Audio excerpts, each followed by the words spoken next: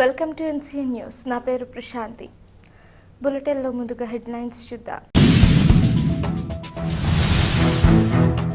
పాలంగిలో Janasena party స్తూపాన్ని ఆవిష్కరించిన మంత్రి కందుల దుర్గేష్.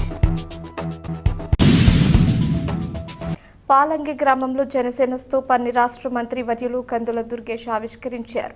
ఈ సందర్భంగా మంత్రి దుర్గేష్ మాట్లాడుతూ జనసేన స్తూపాన్ని ఆవిష్కరించడం తనకు లభించిన అదృష్టమన్నారు.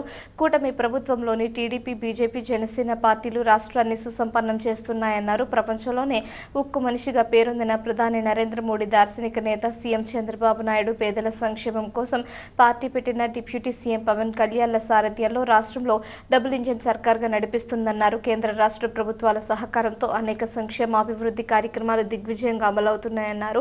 ప్రజల ఆశీస్సులు ఉప ముఖ్యమంత్రి పవన్ కళ్యాణ్ చొరవతో తాను ఎమ్మెల్యే, మంత్రిని అయ్యానని, గొప్ప నాయకుడైన సీఎం చంద్రబాబు నాయుడు కేబినెట్లో సభ్యుడిగా ఉండడం అదృష్టంగా భావిస్తున్నానన్నారు. వారి నేతృత్వంలో రాబోయే 3 ఏళ్లలో ప్రతి గ్రామాన్ని అభివృద్ధి పదంలో నడిపిస్తారని హామీ ఇచ్చారు. ఈ కార్యక్రమంలో జనసేన నాయకులు, కార్యకర్తలు, అధిక సంఖ్యలో అభిమానులు, వీర మహిళలు తదితరులు పాల్గొన్నారు.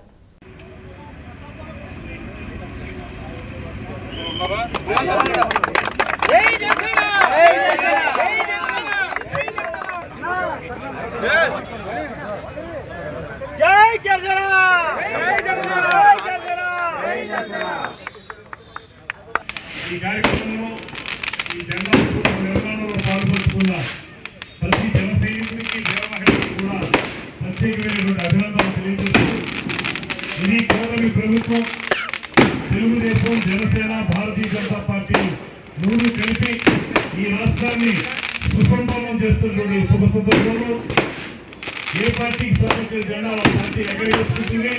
మరో పక్కన 3 పార్టీలు కలిసి ప్రజల కోసం అనేక కార్యక్రమాలు చేపట్టాల్సిన బాధ్యత మనందరి మీద ఉందనేటువంటి మాటను తెలియజేస్తుంటూ, ఒక పక్కన ప్రపంచంలోనే ఉక్కు మనిషిగా పేరు పొందినటువంటి ప్రధానమంత్రి నరేంద్ర మోడీ గారు, మరో పక్కన దేశంలోని దార్శనిక నేతగా పేరు పొందినటువంటి ముఖ్యమంత్రి చంద్రబాబు నాయుడు గారు, ఇంకొక పక్కన పేదవాళ్ళ కోసమే పార్టీని పెట్టి పేదవాళ్ళ కోసమే అధికారంలో భాగస్వామైనటువంటి ఉప ముఖ్యమంత్రి పవన్ కళ్యాణ్ గారు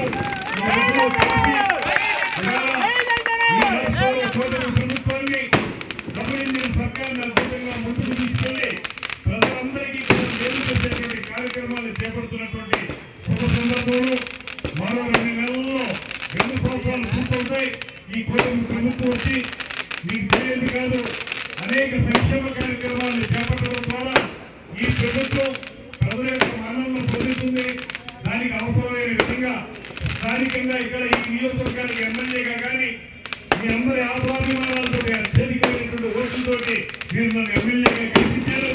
మీరు నన్ను ఎమ్మెల్యేగా గెలిపిస్తే ఒక పక్కన ఉప ముఖ్యమంత్రి పవన్ కళ్యాణ్ గారు నన్ను మంత్రిని చేస్తే, ముఖ్యమంత్రి చంద్రబాబు నాయుడు గారి టీములో నేను మంత్రిగా ఉండి ఈ నియోజకవర్గం అభివృద్ధి కోసం కృషి చేస్తున్నటువంటి సందర్భాన్ని మీ అందరికీ గుర్తు చేస్తూ, రాబోయే 3 సంవత్సరాల కాలంలో కూడా ఈ నియోజకవర్గంలో ప్రతి గ్రామాన్ని, అన్ని గ్రామాన్ని కూడా అభివృద్ధి పదంలో నడిపించడానికి, పేద ప్రజల సంక్షేమం కోసం చేయడానికి మేమందరం కలిసి పనిచేస్తామని